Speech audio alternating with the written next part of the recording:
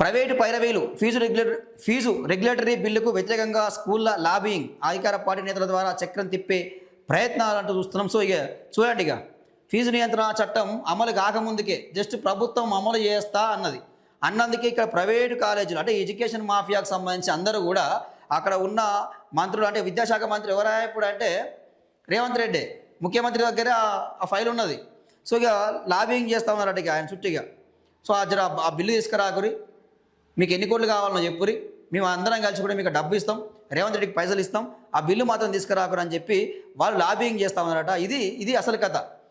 రేవంత్ రెడ్డి మరి నిజంగాను విద్యార్థులకు న్యాయం చేస్తావా, బిల్లు తీసుకొస్తావా చూడాలి, లేకపోతే ఈ కొమ్ము కాస్తావా, ఈ ఎడ్యుకేషన్ మాఫియా వాళ్ళకి కొమ్ము కాస్తావా, ఇది స్పష్టమైపోద్ది. ఇక ఆల్రెడీ అడ్మిషన్ స్టార్ట్ అయినాయి, జూన్ జూలైలో స్టార్ట్ అంటారు, కానీ ఆల్రెడీ నారాయణ చైతన్య లాంటి స్కూల్స్ అప్పుడే అడ్మిషన్ స్టార్ట్ అయినాయి. ముందే రిజర్వేషన్ చేసి పెట్టుకుంటారట సీట్ల అడ్మిషన్స్, ముందే రిజర్వేషన్ ఆల్రెడీ 50,000 30,000 నుంచి స్టార్టింగ్ ఫీజు కట్టించుకుంటా ఉన్నారు. మరి ఎప్పుడు అమలు చేస్తావు ఫీజు నియంత్రణ చట్టం, ఎప్పుడు అమలు చేస్తావు? దాని మీద ఇంతవరకు ఎలాంటి నిర్ణయం తీసుకోలేదు, ఒక జీవో రిలీజ్ చేయలేదు. ఇది నీ కథ. ఇష్టారీతిన ప్రైవేట్ స్కూళ్ళు కాలేజీలు ఫీజులు లక్షల్లో ఫీజు వసూలు చేస్తూ ఉంటే మీకు తెలియదా? ఇక దీని మీద కమిటీ అంటూ కాలయాపన చేస్తూ ఉన్నాడు. ఇక కమిటీ అంటూ కాలయాపన చేస్తుంది. ఇప్పుడు కేకే నేతృత్వంలో కమిటీ వేసిండు. ఇక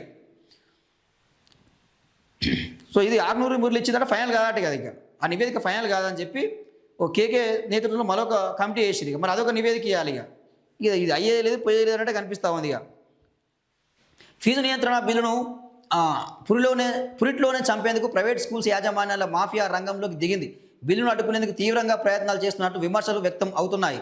అందులో భాగంగా రూలింగ్ పార్టీలోని పలువురు కీలక నేతల ద్వారా చక్రం తిప్పే ప్రయత్నాలు చేస్తున్నట్టు ప్రచారం జరుగుతూ ఉంది. దీంతో డ్రాఫ్ట్ బిల్లు బయటకు రాకుండా సెక్రటేరియట్లోని పలు డిపార్ట్మెంట్స్ చుట్టూ చక్కర్లు కొడుతున్నట్టు తెలిసింది. ప్రైవేట్ స్కూళ్లలో కొనసాగుతున్న ఫీజుల దందాకు చట్టపరంగా చెక్ పెట్టేందుకు private and aided schools regulatory and monitoring commission ఏర్పాటు చేసేందుకు నడుం బిగించింది. ఈ కమిషన్ ఏర్పడైతే తమ ఆగడాలకు అడ్డుకట్టబడుతుందని భావించిన ప్రైవేట్ స్కూల్స్ మాఫియా వేగంగా పావులు కదుపుతున్నట్టు తెలుస్తున్నది అంటూ చూస్తున్నామండి. సో దీని మీద నిర్ణయం తీసుకోవాలి రేవంత్ రెడ్డి. ఎలాంటి ప్రలోభాలకు లొంగకుండా ఈ ఎడ్యుకేషన్ మాఫియా మీకు ఆశ చూపిస్తుంది. ఎన్ని కోట్లు అంటే అన్ని కోట్లు ఇస్తా ఉంటుంది. ఎందుకంటే వాని సొమ్ము కాదు కదా, వాళ్ళ ఎవరైతే స్టూడెంట్స్ ఉన్నారో వాళ్ళ పేరెంట్స్ దగ్గర వసూలు చేసి కడుతుంది మీకు.